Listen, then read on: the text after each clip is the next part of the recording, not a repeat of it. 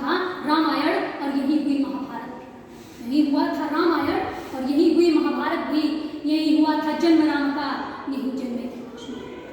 जहां ना रावण कभी जीत पाया, जहां ना रावण कभी जीत पाया, ना कंस कभी जीता, जहां ना कौरव कभी जीत पाए, ना शकुनी का षड्यंत्र कभी जीता, जहां जीता हो पाप, जहां जीता हो पाप, ऐसा हमारा इतिहास नहीं। कैसे तुम ये कहते हो कि मेरा भारत महान नहीं? कैसे तुम ये कहते हो कि मेरा भारत महान नहीं? वो सिकंदर जो कभी किसी से भी नहीं हारा, वो सिकंदर जो कभी किसी से भी नहीं हारा था, उस सिकंदर को भी भारत ने पछाड़ा था।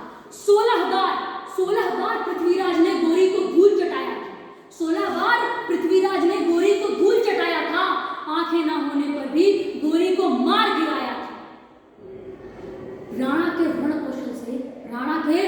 कौशल से तो अकबर भी भय में आ जाता था जब उसके भेजे गए पठान को राणा ने 2 हिस्सों में काटा।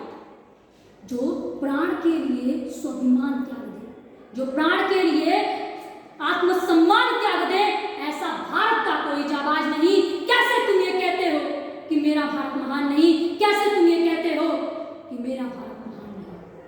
दक्कन के शिवा को देख मुगल भी भय में आए थे जब औरंगजेब के भेजे गए अफजल के शिवाजी प्राण हर आए थे। जब अंग्रेजों से लोहा लेने लक्ष्मीबाई काली रूप में आई थी, मानो जैसे हाहाकार वो पूरे रणभूमि में मचा रही थी। इस सोने की चिड़िया को लूटना चाहा पर लूट सका संसार नहीं। कैसे तुम ये कहते हो कि मेरा भारत महान नहीं? कैसे तुम ये कहते हो कि मेरा भारत महान नहीं?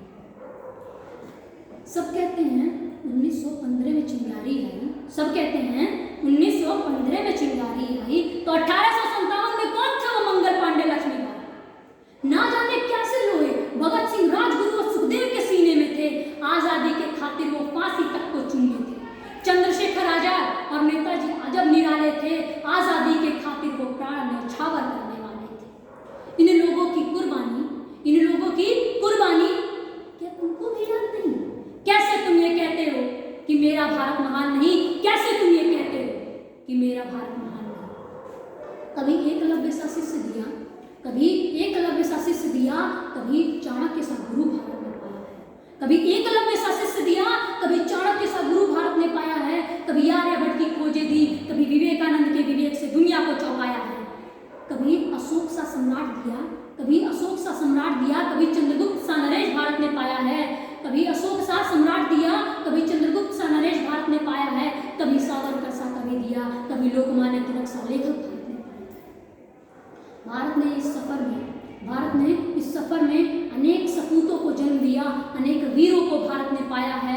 मैंने तो अपनी लघु कविता में कुछ को ही दर्शाया। भारत माँ के इस महान सफर पर, भारत माँ के इस चीर सफर पर